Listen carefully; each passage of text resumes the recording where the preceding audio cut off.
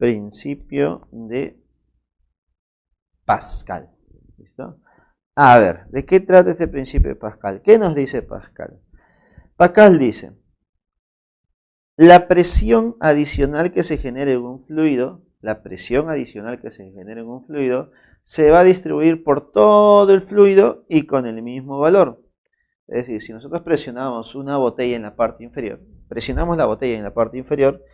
debido a esa presión que yo genero sobre la botella, entonces dentro del líquido esa presión se va a distribuir, ¿listo?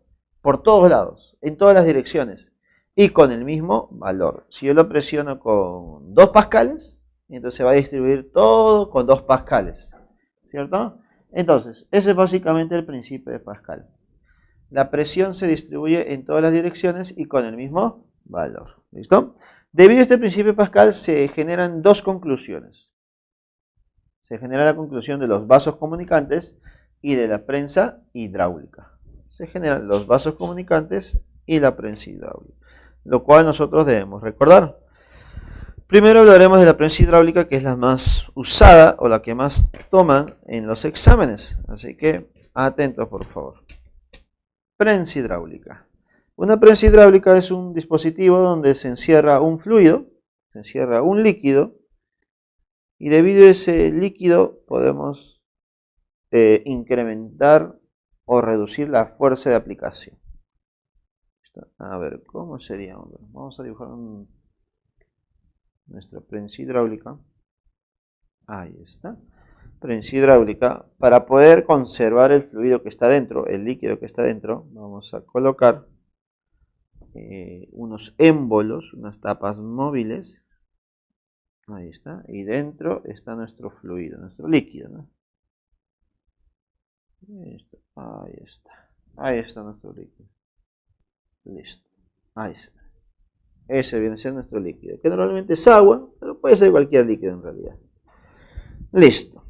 A ver, entonces, en la otra posición, o mejor dicho, notarás que cada una de esas tapas móviles tiene un émbolo. Cada émbolo tiene su propio área. Voy a poner aquí área 1 y por aquí área 2. ¿Listo? Ahora, sobre el émbolo 1, voy a aplicar una fuerza F1. Entonces, si yo aplico una fuerza F1 sobre ese émbolo que es de área 1, estaré generando una presión en esa superficie. ¿Listo? Entonces, según Pascal, si tú generas una presión en el fluido, en el líquido, esta presión se va a distribuir en todas las direcciones. Esa presión se va a distribuir en todas las direcciones. ¿Listo? Y con el mismo valor. La presión que yo genero al inicio es igual a la presión que yo genero al final. ¿Listo? Y de tal manera que esa presión llegará hasta el otro émbolo. Cuando llega hasta el otro émbolo, notaremos que la presión que se genera en el otro émbolo debe estar ocasionada por una fuerza. Obviamente la fuerza no será la misma, debe ser otra. ¿Y por qué? Porque ha llegado a un émbolo más grande. Llegará a un émbolo más grande. Entonces, para generar la misma presión, la fuerza con la que llega también debe ser más grande. ¿Listo? Pero la presión será la misma. Por lo tanto, notaremos que debido a la fuerza aplicada en el émbolo 1, se genera una fuerza aplicada sobre el émbolo 2 de manera ascendente. Entonces, diremos lo siguiente. La presión de entrada, ponemos por aquí, la presión de entrada es igual a la presión de salida. Esa presión de entrada que se genera al inicio debe ser igual a la presión de salida, la cual se genera al final. ¿Listo? Profe, ¿cómo se calcula la presión de entrada? Fácil, pues, sería fuerza 1 sobre área 1. ¿Cómo se genera la presión de salida? Será fuerza 2 sobre área 2. ¿Listo? Entonces, de esa manera, estoy encontrando la relación entre las fuerzas y las áreas. ¿Listo? Ahora, te mencionaré algo. Normalmente en los problemas no te hablan de esa fuerza de salida F2. Normalmente no lo hacen. ¿Qué hacen a ver en los problemas? A ver, me imagino que lo habrás visto, lo habrás escuchado.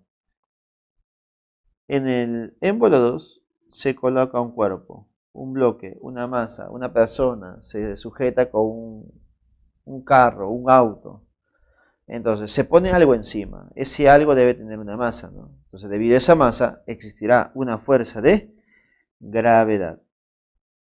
Existirá una fuerza de gravedad mg. ¿Listo? ¿Y qué me van a decir? Mira, me imagino que lo habrás escuchado, ¿no? Para el equilibrio,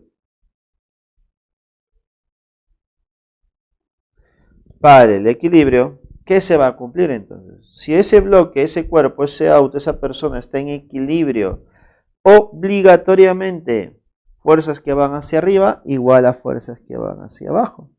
Dime quién va hacia arriba, F2. Dime quién va hacia abajo, mg. Por lo tanto, F2 será igual a mg, a la masa por la gravedad, al peso del cuerpo. ¿Listo? Y debido a eso, llego a una nueva conclusión para el principio de Pascal. Diremos que la fuerza aplicada a F1 sobre el área 1 será igual al peso que está en el émbolo 2 sobre el área 2.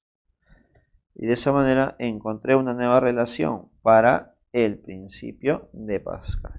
¿Listo? Entonces, eso es lo que tú vas a aplicar en las prensas hidráulicas. Ahora veremos qué usaremos en los vasos comunicantes. A ver, en un vaso comunicante también es un recipiente en forma de U. Lo normal es un recipiente en forma de U. Y dentro de ese recipiente no solamente tengo un fluido, no solamente tengo un líquido, tengo varios líquidos. Tengo varios líquidos los cuales se van a encontrar en equilibrio. Entonces, grafiquemos ese vaso comunicante. Más o menos cómo podría ser.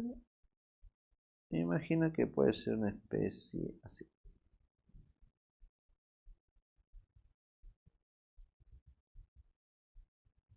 Ahí está. Ese sería nuestro vaso comunicante.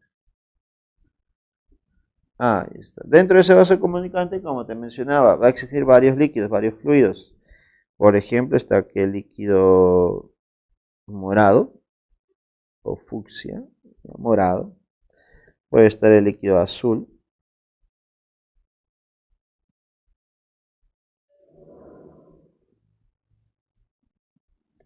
Por ahí el líquido verde.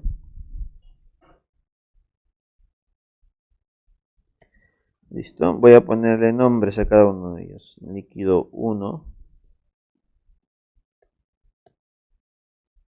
1, 2 y 3. Está 3 líquidos, los cuales se mantienen en equilibrio, en reposo. ¿Está?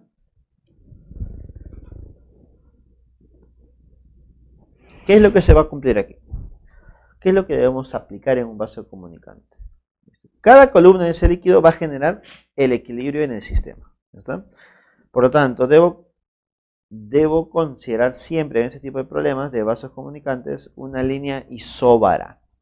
¿Qué es una línea isóbara, chicos? Una línea isóbara es una línea donde las presiones son iguales, una línea de igual presión. ¿Listo? Me imagino que debes recordarlo por el curso de química, ¿no? Donde tú has visto isóbaras, isócoros o isotermas. ¿Listo? Por lo tanto, una isóbara es una línea donde las presiones son iguales. Profe, ¿y dónde coloco esa línea isóbara? ¿Dónde debe estar esa línea isóbara? Fácil. La línea isóbara siempre debe estar en la interfaz más baja. ¿Qué es una interfaz? Viene a ser la frontera entre dos fluidos. A ver, profe, ¿dónde está la frontera entre dos fluidos? Notaremos que en la parte superior, entre la atmósfera, porque recuerda que hay atmósfera, y el líquido 1 hay una frontera, hay una interfaz. Luego, entre el líquido 1 y el líquido 2 hay otra interfaz. Entre el líquido 2 y el líquido 3 hay otra interfaz. Y el último, la interfaz entre el líquido 3 y ¿quién? Y la atmósfera. ¿Listo? Entonces yo debo buscar la interfaz más baja. Y creo que te habrás dado cuenta, ¿no? La interfaz más baja justo está entre el líquido 2 y el líquido 3. Ahí está. Esa es mi interfaz más baja. ¿Listo? Entonces, ese va a ser nuestro nivel de referencia o nuestra interfaz. ¿Ya está? En base a esa interfaz o nuestra línea isóbara, nosotros vamos a analizar. Voy a analizar un punto que está en la rama de la izquierda, voy a ponerle M, y un punto que está en la rama de la derecha, N. Según Pascal, las presiones deben ser iguales. ¿Listo? Y van a ser iguales si considero los puntos M y N. Presión en M es igual a presión en N. Ahí está. Profesor, pero en M, ¿cómo se calcularía la presión? Notarás que la presión en M es la presión generada por la columna del líquido azul, la columna del líquido morado y además la atmósfera, ¿cierto? Por lo tanto, en el punto M tenemos a la presión atmosférica más la presión del líquido 1 más la presión del líquido 2. Pero en el punto N tenemos la presión del líquido 3 y la presión atmosférica. ¿Está? Notarás que en esta oportunidad la presión atmosférica está presente en ambos lados. Por lo tanto, se simplificaría, ¿no?